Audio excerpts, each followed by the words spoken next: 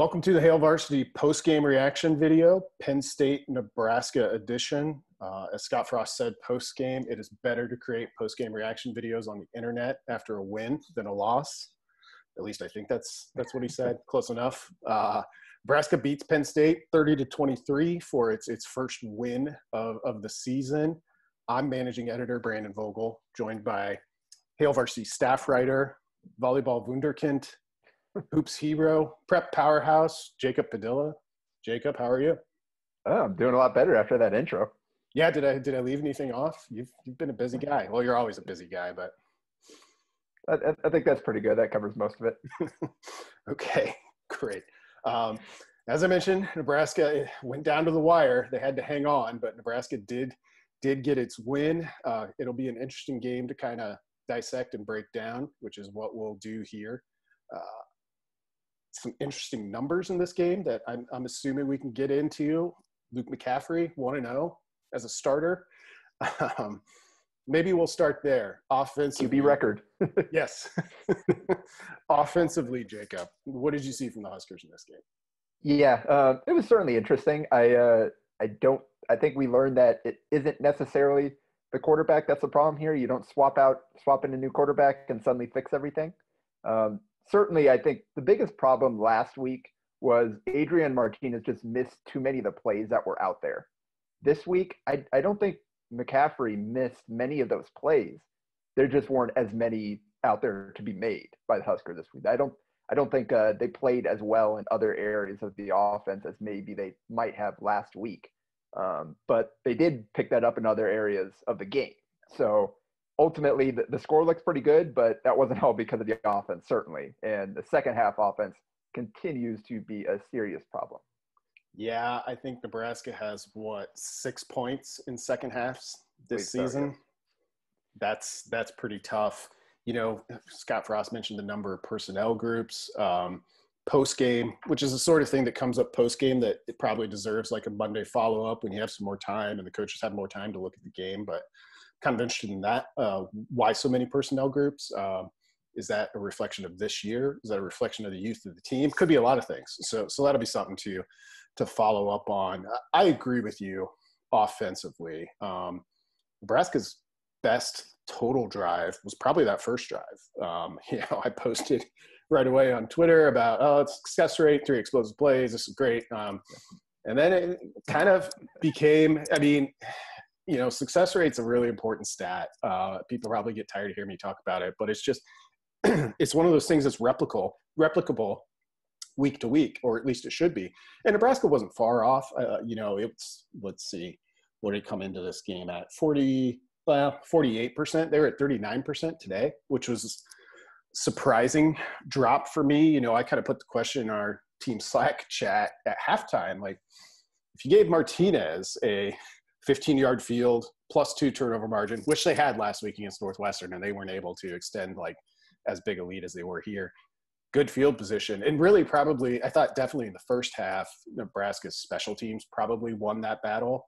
Not through any kind of like remarkable plays, but I just didn't think Penn State was very good with some of its kickoff return decisions. But, is that scoreline different if Adrian Martinez or anyone else is playing quarterback? I don't know. It's kind of an unanswerable question, but the point was, I think that's where that game was at halftime. Like, Luke made some really good individual plays, and that's one thing that you can say definitively, I think, about Adrian as well. He also makes some of those.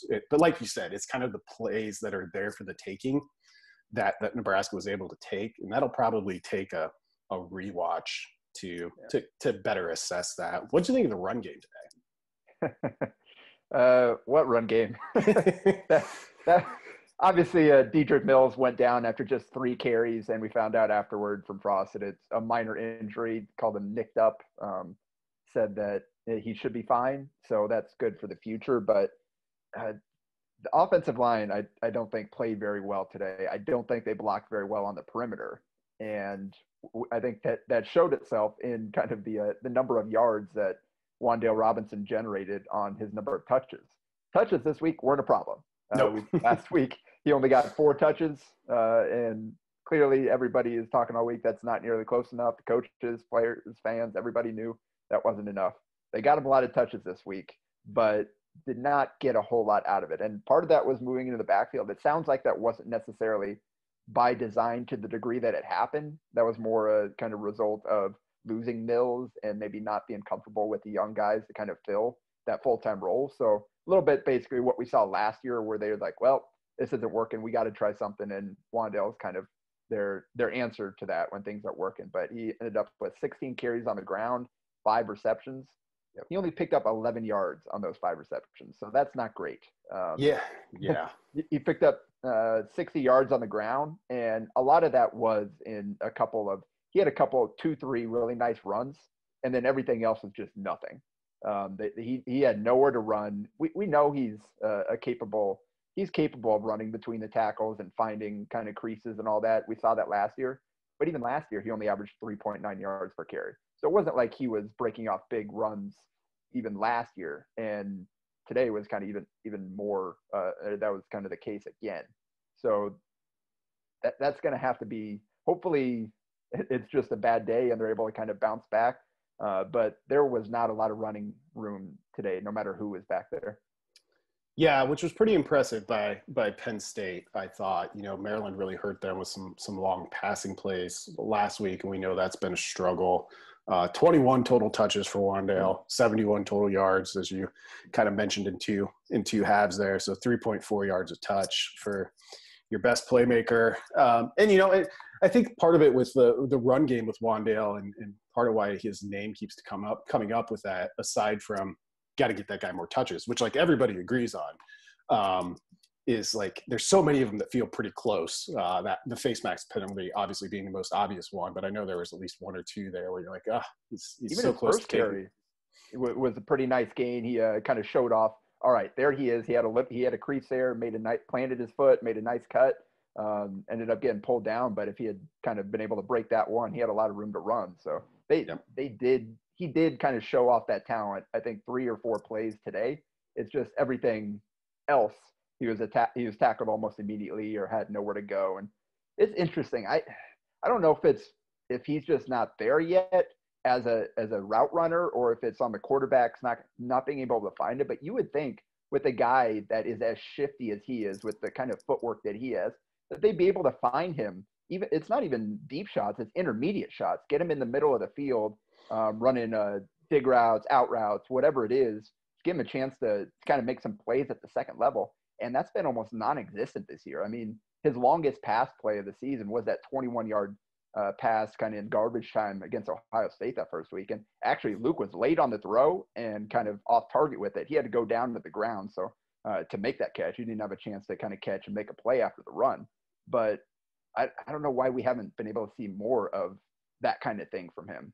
Yeah, it's curious with him because, he and JD Spielman were obviously kind of similar sized, similar type of players. Now, they were on the field at the same time a lot last year, but Nebraska was able to find JD Spielman downfield in 2019, and it hasn't been able to do that with Wandale or anyone so far in 2020. And, that's kind of a lingering problem. I think Nebraska's still trying to find its kind of set group of plays that it knows can work. McCaffrey was 13 of 22 passing when you add in the sack to the passing totals. So 71 rushing yards on 12 carries. So you think about it, what did Nebraska have in this game? I think it was like 63 plays, 60 plays. Yeah. And either Wandale or Luke or a combination of them on those 5 catches he had touched it on 50 of them. So it felt that way, it was like, these are 2 guys that we can go to. So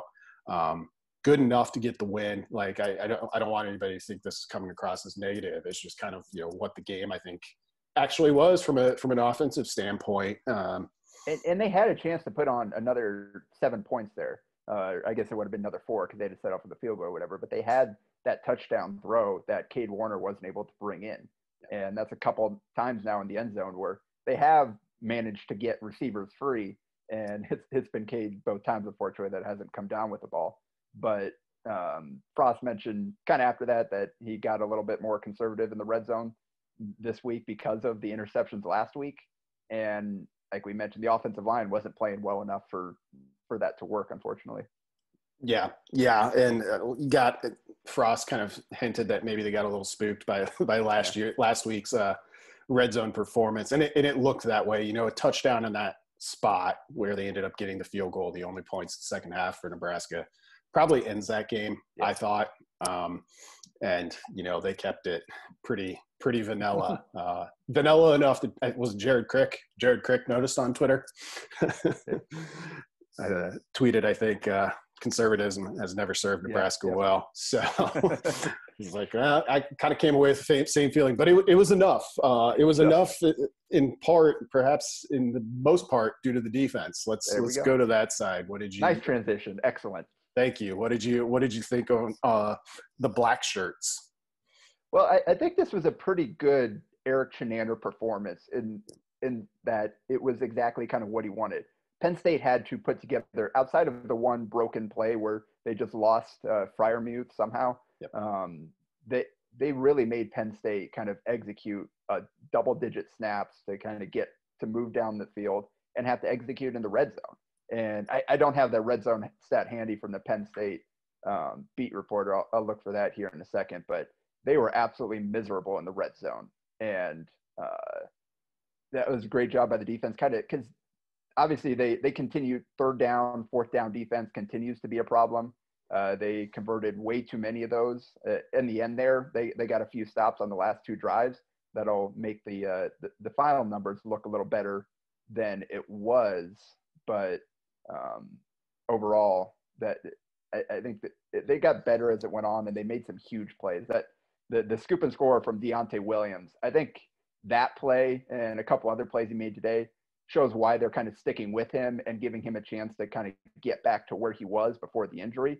Because he had a really rough first two partial games and didn't do much positive.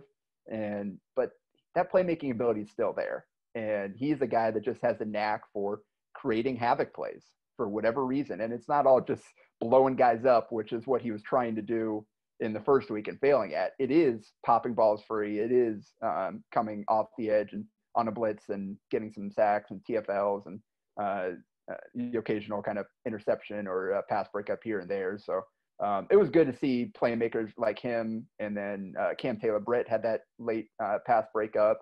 And then Ben Stilley kind of there on the final play of the game there defensively, where didn't quite get the sack, but did his job and forced, I don't know how Clifford got the ball out of there, but forced the incompletion on that fourth down play to seal it. Yeah, that Williams sack and scoop and score was a remarkably skilled play. And, and we've seen him be aggressive, but he did like the Wolf basketball steal from behind, just pop it out of there. And he actually wrapped up and used his arms and knocked it free. If he had tried to blow him up there, he had no shot to kind of hold him up long enough to do that. It was because he got his arm there, held it up, and then wrapped out and knocked it free before he was able to kind of complete the play. So it was an incredible play by him to get it knocked out that quickly too, because I'm sure the rest would have been quick to blow the whistle there on forward progress in the grasp, all that kind of thing, if he didn't make the play when he did. Yeah, I think you nailed it overall. It was a Chinander type of game. So looking at it here quickly, I mean, because I noted this in the first half, and then immediately some people were like, yeah, the defense is going to be tired. And it almost looked like that was unfolding. I mean, they were on the field for 90 plays, but 14-play drive ends in a field goal. That's a win for a defense. 13-play drive, field goal. They had the one short one with the big 74-yard gain to Freiermuth.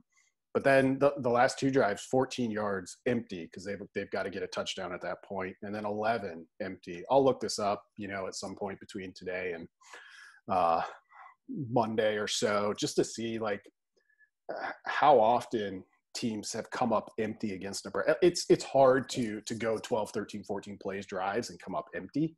But I think for Nebraska, it was probably the biggest sign of growth. I mean, if you look at the yardage total, like 500 yards, which never look at the yardage total, because it took them 90 plays, which is 5.5 yards per play, I think, which is all right in today's college football.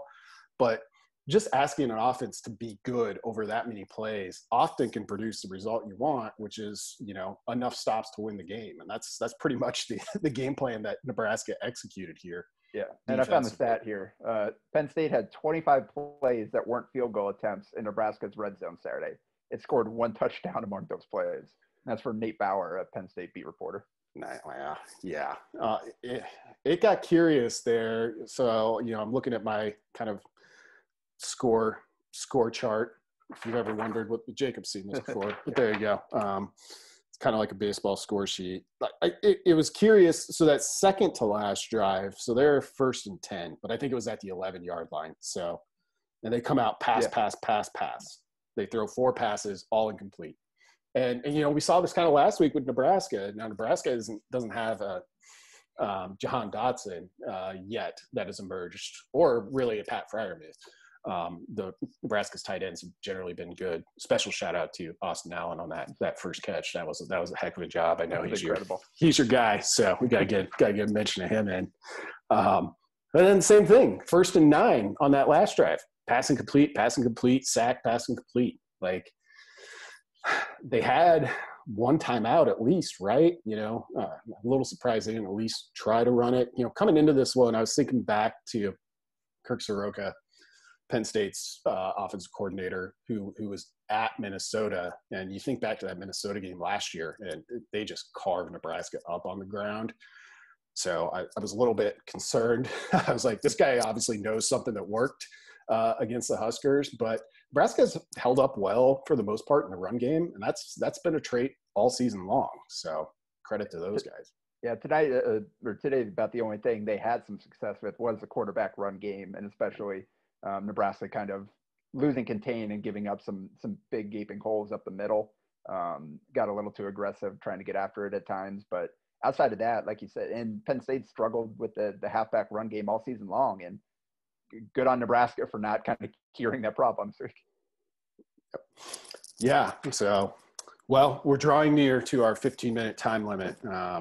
Always go over, but so it goes, I guess. Big picture, what did you learn about Nebraska today?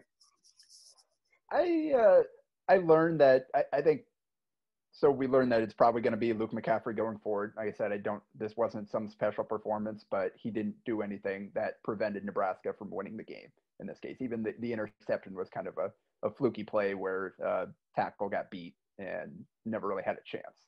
So I think it's a good kind of first start. Get out there, kind of work off some of the nerves. They still haven't quite opened up the playbook yet to see what he can really do.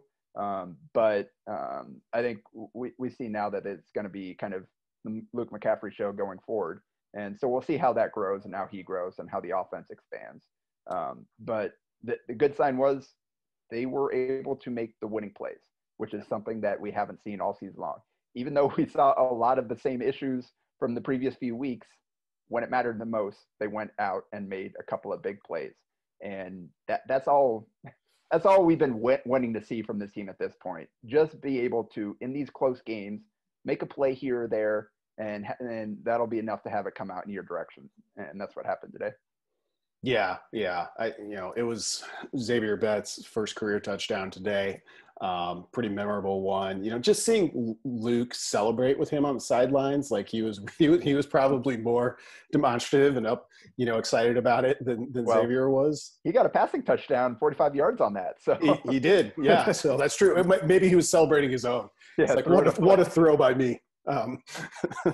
Where he passed the ball 1 foot in front of him. Good point. Thank you for keeping me in check. No, this one, the win is good. Like, Nebraska needed one. Scott Frost said the state needed one. He said he needed one. Yeah.